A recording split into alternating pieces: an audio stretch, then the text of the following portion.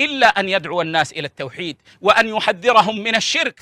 بسم الله والحمد لله والصلاة والسلام على رسول الله صلى الله عليه وسلم، أما بعد، فإن اليوم نستكمل قراءتنا في شرح الأرجوزة المائية في ذكر حال أشرف البرية. Nous reprenons notre lecture comme nous avons pour habitude dans l'explication du poème Al-Mi'iyya d'Ibn Abil Izz Al-Hanafi. Nous sommes arrêtés au vers 44 et 45. Il nous dit ici dans le vers 44 et 45 ثم بنى من حوله مساكنه ثم أتى من بعد في هذه السنة أقل من نصف الذين سافروا إلى بلاد الحبش حين هاجروا. Il nous dit selon les sens rapprochés, bien sûr, puis autour d'elle, c'est-à-dire autour de la mosquée qu'il venait de construire, il a construit ses logements. Il a construit ses logements là où allaient habiter ses épouses. Bien sûr, on va voir l'explication de Cheikh Abdrazak al-Badr. Il va nous expliquer qu'il a d'abord commencé par celle de Saouda, puis Aïcha, puis ainsi de suite. Et la suite du vers qui dit Summa ata min ba'du fi hazi sana, c'est-à-dire, puis ils sont venus ensuite, durant cette année, moins de la moitié de ceux qui ont voyagé auparavant dans la terre des Abyssines, c'est-à-dire Al-Habasha, ceux qui sont partis à Al-Habasha faire la Hijra. Car lorsqu'ils étaient à Makkah, ils étaient opprimés et ils sont partis faire, certains compagnons sont partis faire la Hijra. Donc ici, il y a certains qui vont revenir. Il y en a certains qui vont revenir. Cheikh Abdrazak al-Badr nous explique ces vers-là en disant Summa bana. Puis le prophète sallallahu alayhi wa sallam a construit min hawlihi, c'est-à-dire autour de sa mosquée, masakina, c'est-à-dire ses logements. Tout d'abord, maskanan li Saouda, summa maskanan akhar li Aïcha. Le premier logement, c'était pour Saouda. Saouda qui est sa première femme après que Khadija fut décédée. Bien sûr, bien évidemment, comme on l'a souvent dit, Khadija, le prophète sallallahu alayhi wa sallam l'a eu seul. Khadija radiyallahu anha n'a pas eu de coépouse. Puis il a marié Saouda. Puis ensuite Aïcha. Donc lorsqu'il est arrivé à Médine, il a fait le logement de Saouda, ensuite de Aïcha, isti'dadan lil bina'i biha, afin de préparer le mariage. ثم بعد ذلك كلما جدت الحاجة لمسكن بناه ملاصقا لمسجده صلوات الله وسلامه عليه. Donc il nous dit, à chaque fois qu'il a eu besoin d'un logement pour une nouvelle épouse, alors à ce moment-là, il construisait ce logement-là.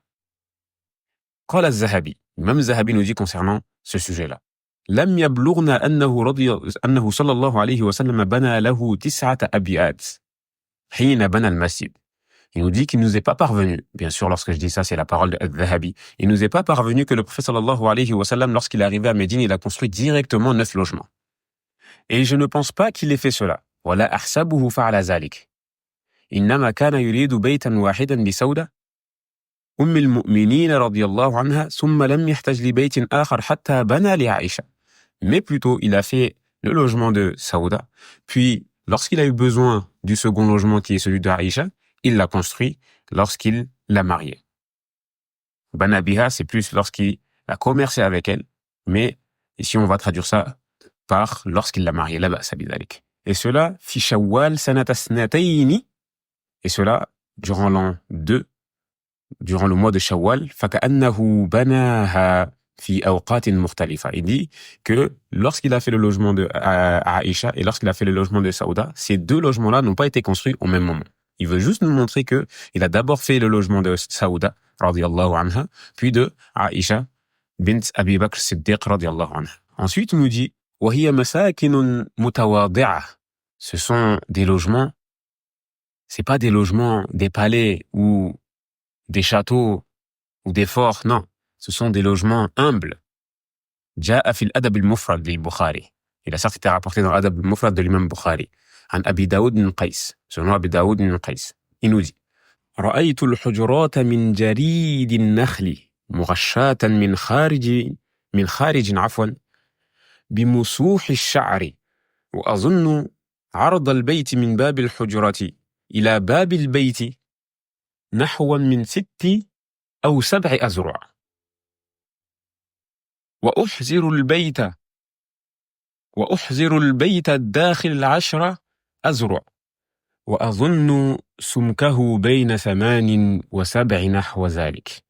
Donc là, il nous parle des caractéristiques, c'est-à-dire comment ces logements-là, à quoi ressemblaient ces logements-là. Il nous dit, j'ai vu des appartements qui étaient faits en palme et couverts à l'extérieur de poils tissés ou lissés. Et je pense que la largeur de la maison, c'est-à-dire de la porte à l'appartement et à la porte de la maison, est d'environ 6 ou 7 coudées. Et quant à l'intérieur, à la largeur intérieure de la maison est de 10 coudées. Et je pense que la hauteur est entre 7 et 8 coudées. Lorsqu'on dit coudées, c'est du coude jusqu'au bout de la main. Donc lorsqu'on calcule, on voit que ce n'est pas quelque chose de très grand. Ensuite, il nous dit dans le même vers, Summa ata min ba'du fi hazi sana. C'est-à-dire, parmi les muhajirines qui sont venus durant la même année,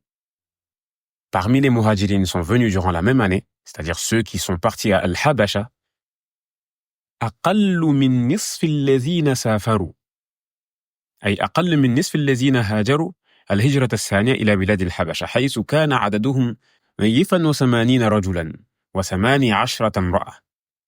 Donc ici, il veut nous dire que sont revenus ceux qui sont partis durant la deuxième hijra vers Al-Habasha, la moitié d'entre eux sont revenus. Car leur nombre était de à peu près 80. En plus de cela, il y avait 18 femmes. Donc, à peu près la moitié est revenue. قال الصالحي في سبل الهدى فأقام المهاجرون بأرض الحبشة عند النجاشي في أحسن جوار. Il nous dit que les muhajirines, ceux qui sont partis faire la hijra auprès de An-Najashi, qui est le roi de Al-Habasha, ils sont partis faire la hijra là-bas et ont eu un voisinage excellent. وتعجل عبد الله بن مسعود فرجع إلى مكة. Et Abdullah ibn Mas'ud s'est précipité en revenant à la Mecque. فلما سمع المسلمون بمهاجرة النبي صلى الله عليه وسلم إلى المدينة. Et lorsque les musulmans ont entendu que le prophète sallallahu alayhi wa sallam allait faire la hijra à Médine, رجع منهم 33 رجلا. 33 personnes sont revenues. Et lorsqu'il parle d'Ibn Mas'ud, il parle sûrement de lorsque, à un certain moment, une info circulait à Al-Habasha en disant que Quraysh a embrassé l'islam. Donc du coup, certains sont venus, et lorsqu'ils sont venus, ils se sont rendus compte que c'était faux et que le mal des Qurayshites était encore plus intense envers les musulmans. Mais lorsque le prophète sallallahu alayhi wa sallam est parti à Médine, alors là, il y a environ 33 personnes, 33 hommes exactement, wa minan nisa'i samani niswa. 33 hommes et 8 femmes qui sont revenus vers Médine afin de vivre auprès du prophète sallallahu alayhi wa sallam, auprès des musulmans. Et il nous dit, s'il y a 33 hommes et 8 femmes, alors cela est un peu moins de la moitié de tous ceux qui sont partis. Car on a dit ceux qui sont partis, encore une fois, c'est à peu près 80. C'est à peu près 80 et les femmes, c'est 18. Donc du coup, c'est un peu moins que la moitié. Ensuite, on arrive au vers 46. Dans ce vers-là, qu'est-ce qu'il nous dit? وَفِيهِ آخَى أَشْرَفُ الْأَخْيَارِ بَيْنَ الْمُهَاجِرِينَ وَالْأَنصَارِ. C'est-à-dire, lorsqu'il arrive à Médine, il a créé des liens entre les muhajirs et les ansar. Les muhajirs, ce sont ceux qui ont émigré de la Mecque jusqu'à Médine, et les ansar, ce sont les auxiliaires, ceux qui ont secouru le prophète sallallahu alayhi wa sallam. Lorsqu'ils sont arrivés, les muhajirines ont délaissé leurs terres, ils ont délaissé leurs biens, ils ont tout laissé. Et lorsqu'ils sont arrivés à Médine, alors qu'est-ce qu'il a fait? Il a créé des liens. Toi, tu seras le frère d'un tel. Toi, tu seras le frère d'un tel. Et ainsi de suite. Au point où lorsque le prophète sallallahu alayhi wa sallam a fait cela, les ansar ont donné la moitié de leurs biens à certains muhajirines. À un tel point où un des compagnons des ansar a dit à son frère muhajir, voici la moitié de mes biens. Jusqu'à même dire, j'ai 2 femmes. Choisis celle que tu veux, je la divorce si tu la maries. Encore une fois, tout cela pour montrer cet amour-là qu'ils avaient les uns envers les autres. Et bien sûr, Le compagnon, le muhajir, qu'est-ce qu'il a répondu? Barakallahu fi malika wa ahlik. Qu'Allah mette la baraka dans tes biens ainsi que dans ta famille. Mais juste, montre-moi le marché. Dullani ala sour. Et lorsqu'il l'a montré le marché, ce compagnon-là fut l'un des plus riches. Donc, parmi les buts aussi de faire cela, c'est al-muwasa. Al-muwasa, qu'est-ce que c'est? C'est afin que lorsque tu arrives dans un endroit qui t'est étranger, cela ne se ressente pas. Afin que tu ne te sentes pas étranger, que tu te sentes chez toi. Quand tu sais que tu arrives chez ton frère, alors tu te sens chez toi. Donc, lorsqu'il a fraternisé entre les muhajirines et les ansar, cela a créé un lien fort. Donc, du coup, les muhajirines se sentaient plus chez eux. Et encore une fois aussi, cela leur permet de mieux supporter cette chose-là. Afin de se réconforter, afin de se raffermir. Ibn al-Qayyim nous dit, في كتابه زاد المعاد, encore une fois dans son livre زاد المعاد, ثم آخى رسول الله صلى الله عليه وسلم بين المهاجرين والأنصار في دار أنس بن مالك. Puis le prophète sallallahu alayhi wa sallam fraternisa entre les muhajirines et les ansar dans la demeure de Anas bin Malik. وكانوا 90 رجلا, et ils étaient 90 hommes. نصفهم من المهاجرين ونصفهم من الأنصار.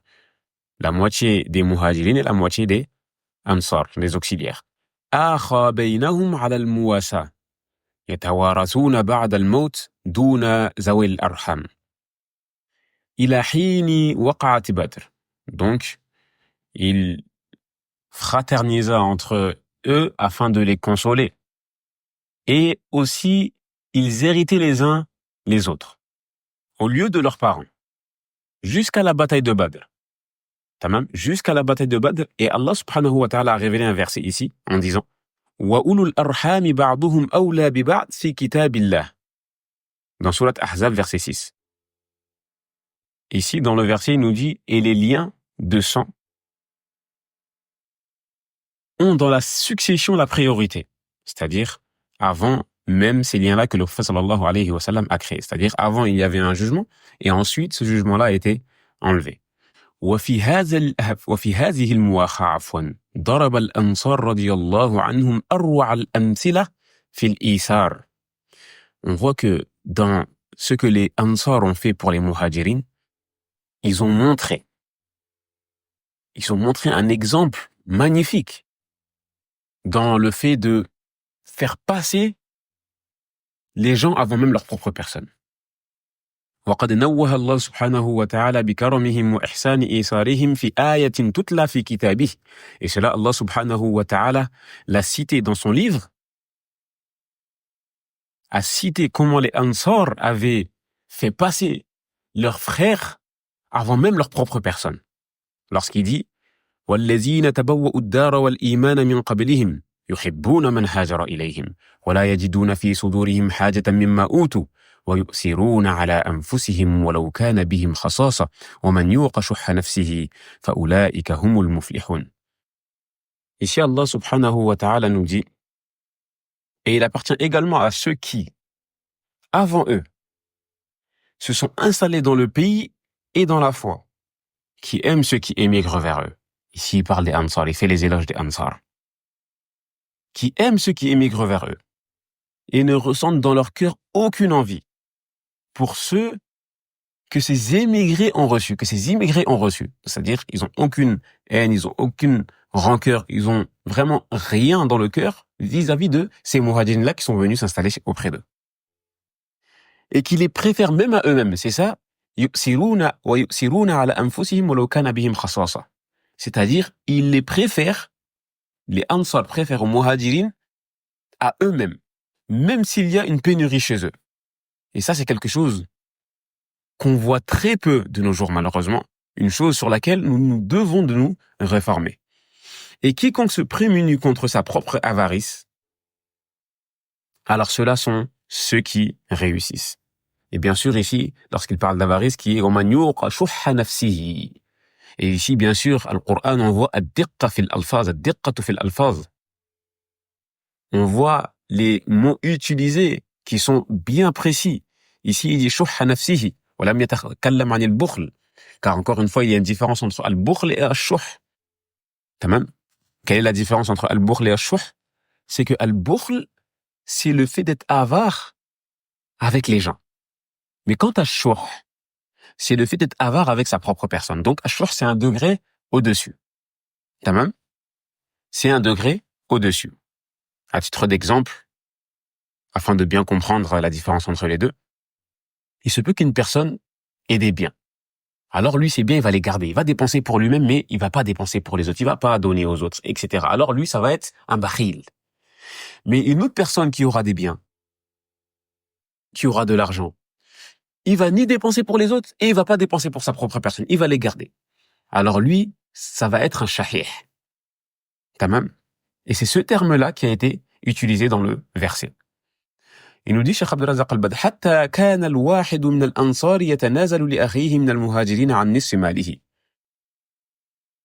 Il nous dit, à titre d'exemple, cela je l'ai cité, mais on va quand même traduire ce qu'il nous dit, à un tel point que les Ansar donnaient la moitié de leurs biens à leur frère qui vient d'émigrer, qui a émigré vers lui. ومما جاء في هذا الباب, et parmi les exemples, ما رواه البخاري, un hadith qui a été rapporté par l'imam Bukhari, عن أنس, selon Anas, قال قدم عبد الرحمن بن عوف المدينة. Abdurrahman bin Auf est venu à Médine. Et subhanallah, je pense que c'est même l'histoire que je venais de raconter. C'est l'histoire de Abdurrahman bin Auf que j'ai raconté un peu avant. Mais on va lire et essayer de tirer ce qu'on peut de cette histoire-là. Donc Abdurrahman bin Auf est arrivé à Médine. فآخى النبي صلى الله عليه وسلم بينه وبين سعد بن الربيع الأنصاري. Donc le prophète صلى الله عليه وسلم a fraternisé entre lui et Sa'd bin Rabi' al-Ansari. فعرض عليه أن يناصفه أهله. Donc Sa'd bin Rabi' lui a proposé de partager avec lui ses biens ainsi que sa famille. أهله وماله. فقال عبد الرحمن. Et Abdurrahman a répondu, بارك الله لك في أهلك ومالك. Qu'Allah mette la baraka dans tes biens ainsi que ton argent, ainsi que ta famille. دلني على السوق. Mais montre-moi plutôt le marché. فربح شيئا من الأقط والسمن. فرآه النبي صلى الله عليه وسلم بعد أيام. Donc, lorsqu'il lui a montré le marché, il a dit barakallahu fik, mais plutôt montre-moi le marché, afin qu'il commerce, parce que c'était un commerçant, c'était un grand commerçant à Médine. Donc, lorsqu'il est arrivé, il a refusé l'aide et il est parti directement commercer au marché. Et lorsqu'il est parti au marché, il a eu des bénéfices. Al-aqit, c'est du fromage. Et as-samn, c'est du beurre. C'est ce qui équivaut à du beurre actuellement. Donc, du coup, le prophète sallallahu alayhi wa sallam l'a vu quelques jours après. بعد أيام وعليه وضر من صفرة. Donc lorsqu'il l'a vu, il a vu quelques traces sur lui. Il a vu quelques traces sur lui. Et lorsqu'il a vu ces traces sur lui, il s'est étonné. Il lui a dit Mahyam ya Abdurrahman, c'est-à-dire c'est une parole qu'on dit, ou plutôt que les Arabes disaient lorsqu'ils étaient étonnés. Une parole d'étonnement. Et pourquoi il a dit cette parole d'étonnement? Parce qu'il savait que Abdurrahman bin Auf n'était pas marié. Et les traces qu'il avait vues sur Abdurrahman bin Auf, c'était des traces, comme on peut appeler maintenant, c'est des traces comme de rouge à lèvres ou des traces de femmes, si je peux dire ça comme ça. Et bien sûr, encore une fois, tout ce qui est maquillage, ce sont des choses qui étaient utilisées même auparavant. Et les femmes de Médine étaient connues pour être belles, pour être des femmes qui prenaient soin d'elles, qui se maquillaient et autres. Puis, ici, Abdurrahman bin Auf lui a répondu, il a dit, Ya Rasulallah, tazawwajtu imra'atan min al-Ansar. J'ai marié une femme des Ansar, parmi les femmes de Médine. Qala, fama suqta fiha. C'est-à-dire, qu'est-ce que tu lui as donné? Faqala, waznu nawatun min zahab. C'est-à-dire le poids d'un noyau en or. Faqala an-nabi sallallahu alayhi wa sallam, awlim walaw bisha. Bien sûr, c'est-à-dire fais la walima, ne serait-ce que par un mouton, ne serait-ce que par un mouton, afwan. وبيان sûr هذا هنا نرى أن الفعل فعل الأمر وكما هو معلوم الفعل الأمر يقتضي الوجوب ولكن هذا على وجه الاستحباب. وهذا لا يخفى عليكم على كل حال. Et dans cela, on voit que, bien sûr, la femme a le droit de se maquiller, de s'apprêter pour son époux. Bien sûr, encore une fois, cela pour l'époux, à domicile, et pas dehors s'exhiber. Et on voit qu'il n'y a pas de mal dans cela. Naam. Inch'Allah ta'ala sanaqif huna. On va s'arrêter ici, bi'idhnillah, pour rentrer dans le vers 47 la prochaine fois. Ce vers-là qui va nous parler du mariage du prophète sallallahu alayhi wa sallam avec Aïcha radiyallahu anha. فسبحانك اللهم وبحمدك أشهد أن لا إله إلا أنت أستغفرك وأتوب إليك والسلام عليكم ورحمة الله وبركاته.